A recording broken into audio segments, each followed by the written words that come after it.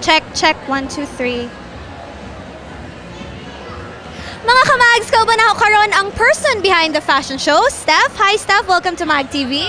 Hello, Mag TV. Hello, Cagayanons.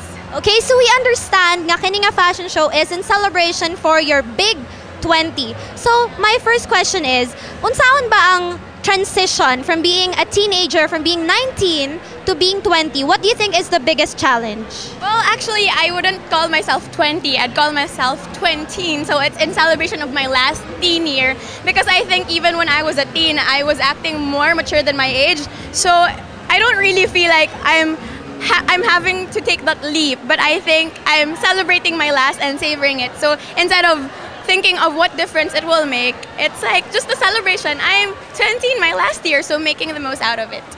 Okay, so this is another big event for you this year. What's the difference between the fashion show you had last year from the one you're having this year? Yeah, actually, the main difference is that this one is a moral statement. It's LV for Stephanie, actually. That's why it's supposed